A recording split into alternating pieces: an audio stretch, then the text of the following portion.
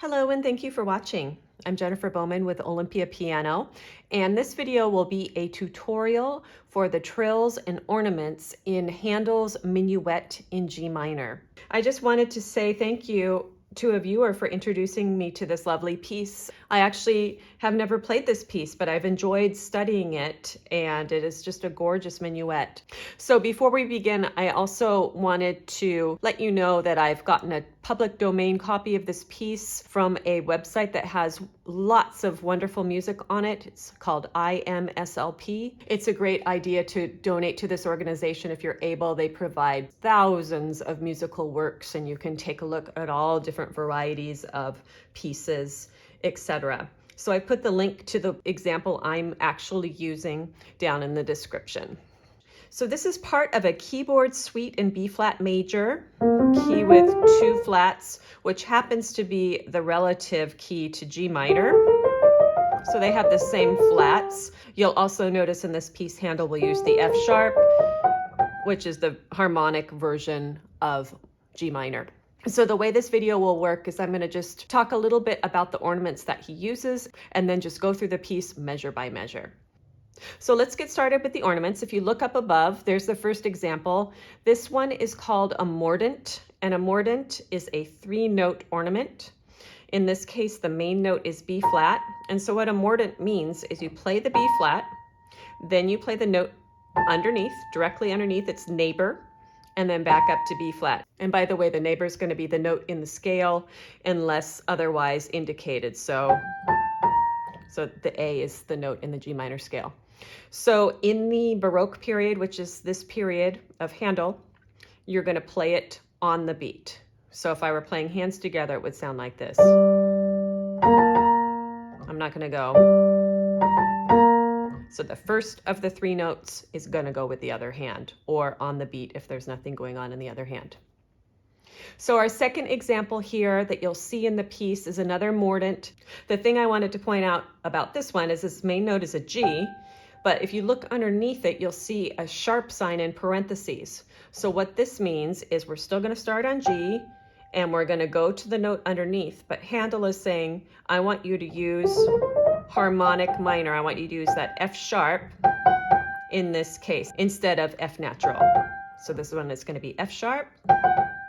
And then here's another similar example. This one is C, and you'll see in parentheses a natural sign underneath. That means the underneath note is going to have a natural on it. So we'd normally have a B flat underneath because we're in the key of G minor, but Handel wants us to play B natural instead.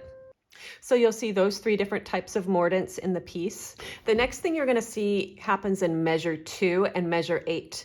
It's a grace note, but it's actually called an Appoggiatura.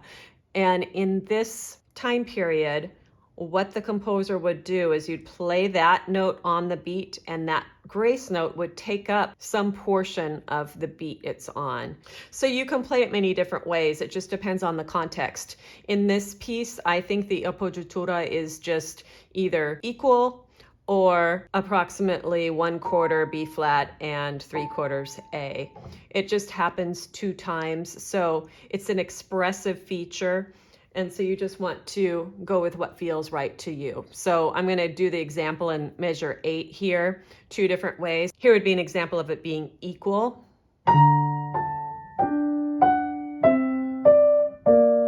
Or you could do a little bit faster on the B flat. So do what feels right to you. There's lots of opinions about how long those should be split up.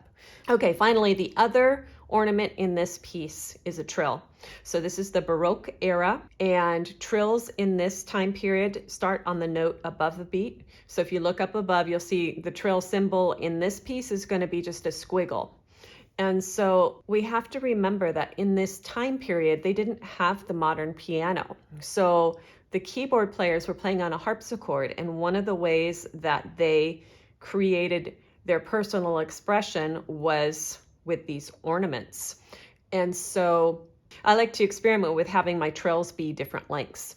So in this video, I'm going to usually give you a couple of options for how long the trill could last possibly. So you could either do 4 notes, or maybe you do a little bit more than 4. Or depending on the phrasing and the emotion of that particular phrase, you could trill all the way to the next note. The other thing that you can utilize is the speed of the trill. Sometimes you might play it fast, and sometimes you might play it a little bit more slowly. So to recap, we've got Mordents, we've got Appoggiaturas, which are the little grace note looking figures, and we've got Trills. And so now I'm just going to start at the beginning. And the way this will work is I'm going to go measure by measure and talk a little bit about interpretation as well as fingering options. And then I will play through the whole section with all the ornaments to give you an example of what you could do. Let's get started with measure 1. And by the way, I'm going to offer you 2, sometimes 3 fingering options. These are not the only fingering options. These are just 2 or 3 I think make sense. For our first mordent, it's a 3-note ornament. And so I think there's 2 great fingerings that could work. The first is going to be 4-3-4. And then you're right in line for the pinky on that C. So it would sound like this. Now, if you have larger hands, my hands are a little bit larger, 3-2-3 might feel a little bit more secure. And then what you can do is you can play a fast one, or you could play a slow one. These are options for expression.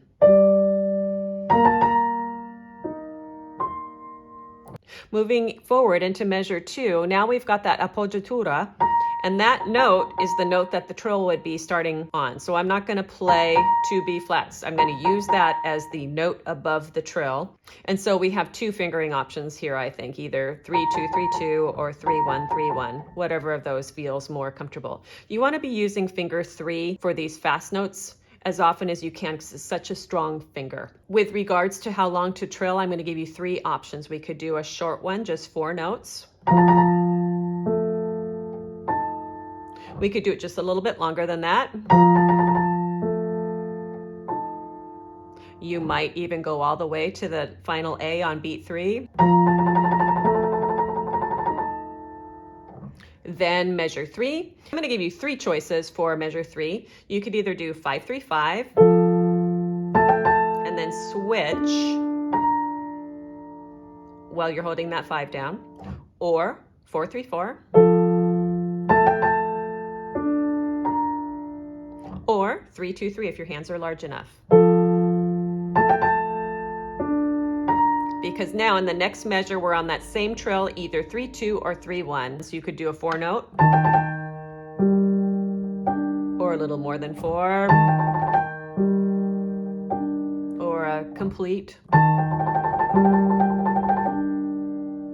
And then again, 3 options for this mordent. You see, this is the one with the sharp. So we're going to do G, F sharp, G. We could either go 5-3-4 and get ready for that 5 at the end of the measure. We could go 4-3-4, or again 3-2-3 if your hands are large enough. The main thing is that that A at the end of the measure is played with 5, so you can play 3 in the next measure. Okay, moving ahead to measure 8, I'm actually going to do measure 7 and 8.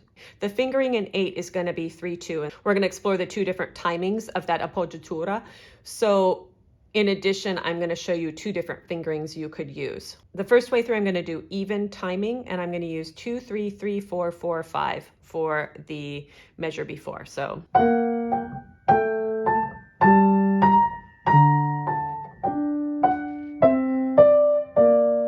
or you could use 2-3 on all of those 2-note slurs, and this time I'm going to play the B flat a little bit shorter.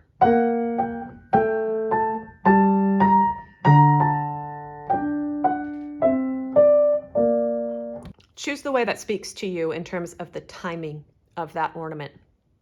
Okay, moving ahead, measure 10, again, very similar to measure 2, 4 note, or a little bit more than 4, or all the way through 3, 2, 3, 1 for the fingerings. Measure 11, I'm going to suggest only a 4 note trill. We've got to reach all the way from this A, all the way up to this B flat. The first fingering I'm going to offer you is 5-3. It's a little bit tricky, but then it lines you up nicely for 3-2 trill on this G. Or you could reach way up from 1 to 3 on B flat, and then get 4 on this B flat. So either of those work well.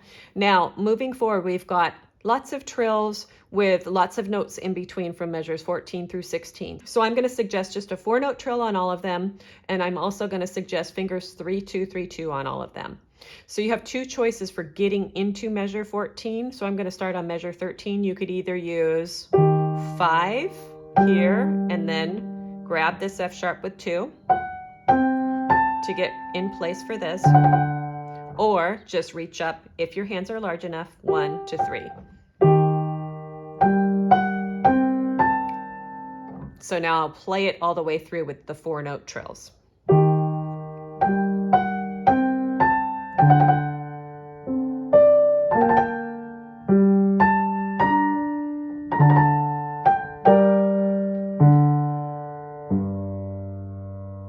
The other thing I wanted to mention was about the fingering of the chord and the note before the chord at the end. You can either come from the trill and do 3-2, 3-2, 1 chord, or you could do 3-2 and then angle your hand and have your pinky come kind of under. Either of those work. Now I'm going to play through part 1. The way you would typically perform this would be play through no ornaments and then repeat with the ornaments. And so I'm just going to do what would be the repeat here.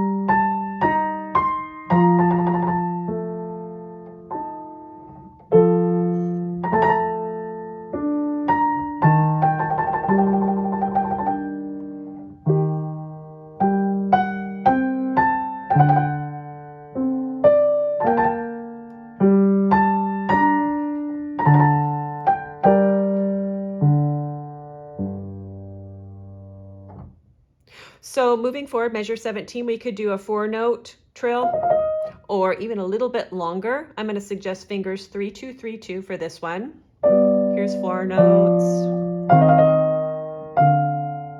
Or a little bit longer. Now here I'm going to just mention, sometimes you're going to hear performers put a little tail on this trill. What I mean is they're going to play the trill and put what's called a termination. It's kind of like a mordent going underneath the note. So it's like a trill plus mordent. And that would sound like this. I think that sounds beautiful, and I would probably play it like that. It's not exactly what's written, but I just wanted you to know that that is an option there. Lots of people will play it like that. So if you like that, you would play the trill and then you'd add the note, again, the note that's in the scale underneath to walk back up. Okay, moving forward to measure 19. Again, the fingering's just going to be 3-2, 3-2 for this one. The main thing to note here is that you need to start this measure with finger 1. So you're going to be coming down this scale with A flat 1 and then cross over so you can start that trill. So that would sound like this. 3, 5, 4, 3, 2, 1, cross over. So again, in measure 19, if you want to do 4, or I think the main thing for this one is you want to end the trill before this low G, because he had added those other notes. Okay, measure 20, we've got a mordent. That's the one with the natural in it. I'm going to suggest fingers 3, 2, 3 for that one. We're coming up to it. I guess you could also use 3, 1, 3, but 3, 2, 3 feels very natural. So I'm going to start the measure before. This is a place where you could experiment with the speed of your mordent. So you could do a fast or slow. See how it changes the emotion. So now I'm going to play measures 21 and 22 as a unit. I'd suggest 4 or 6 trills on this one, and then fingering of either 3, 2, 3 or 3, 1, 3. Experimenting with 4 notes on the trill followed by a fast mordent. And then when I do the alt fingering, I'll do a little bit more and a slower mordent, just so you can hear what that sounds like. So here's faster.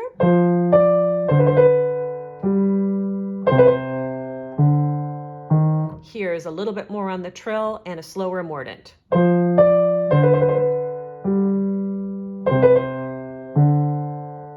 And then we have the same exact thing for measures 23 and 24. So what I would suggest artistically is mix up the speed of the trill, the length of the trill, and the speed of the mordent when you have those two phrases that are the same. Moving forward, measure 27. I'm going to suggest a trill of 4 or slightly more. It's a pretty busy measure, so we don't need to be doing a lot here. And in terms of fingering, you can either do 3, 2, 3, 2 or 3, 1, 3, 1, but we've got to get in place for that. So coming from the measure before, we have to make sure that the measure before, the A is with a thumb, and then instead of putting 2 on that B flat, let's put a 3 so we can get in place for that. I'll do it 2 ways, and I'm going to start in measure 26. First I'll do 4 on the trill, then I'll do a little bit more.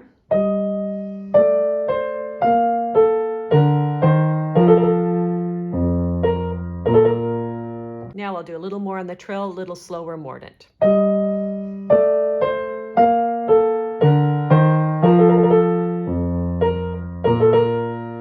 And going forward, same thing. So same fingering choices, same speed choices there. 34 to the end. There's a lot going on here. Maybe only in measure 34 would I put more than 4 trills on that, because there's a lot of notes and rhythms to fit in otherwise. The other thing in measure 34 you have to be aware of is that your thumb is the alto voice, so it has to hold down for the whole measure. So I'm going to suggest fingering of 3, 2, 3, 2, and so it's going to feel like this. Let me get into it.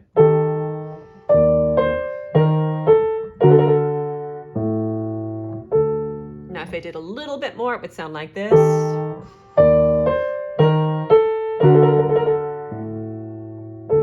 I think no matter what, it has to be done before that low A,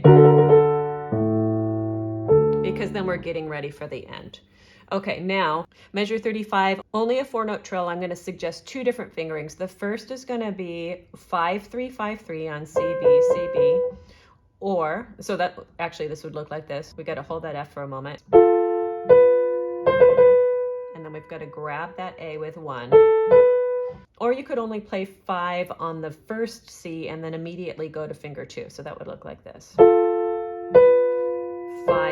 3, 2. I kind of like that one better, because then you can stand up on that and get ready for the next one. But see what works for you. And hands together, that's going to sound like this. Or with the 5, 2, 3, 2.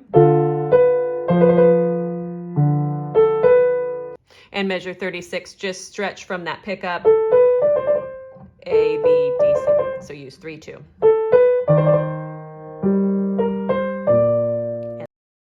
Okay, measure 37, 2 fingerings, 4-note trill.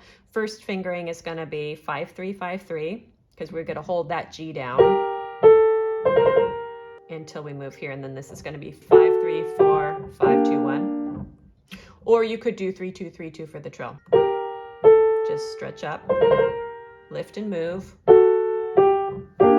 it sound like this. Or with 3, 2.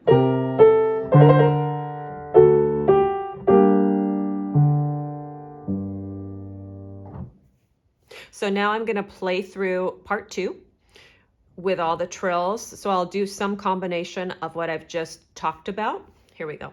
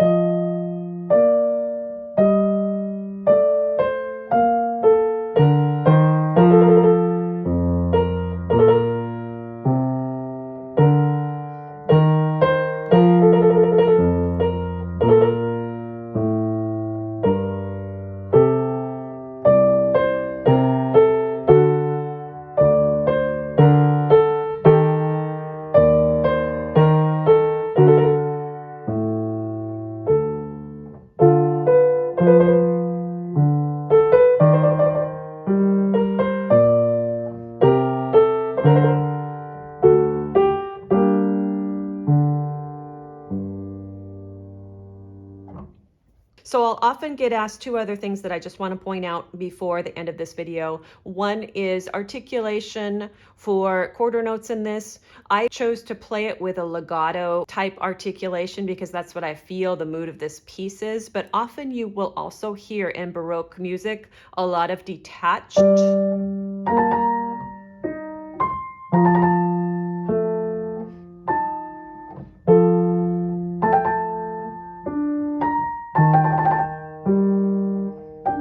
So that's beautiful in its own way. It's a little more sparse, a little more direct.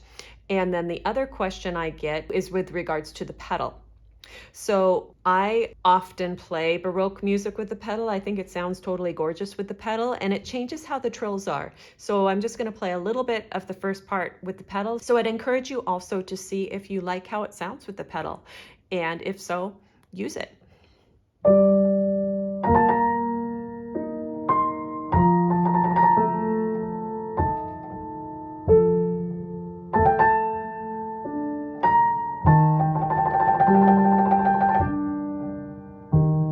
When you use the pedal, you have to spend some time planning exactly where the pedal is going to go down. So, for example, at the beginning, you don't want to hold it down during that. So I'm not even pedaling until I hit the second beat of the Mordent, then pedal. Then I let the pedal ring during the trill because I think it sounds pretty.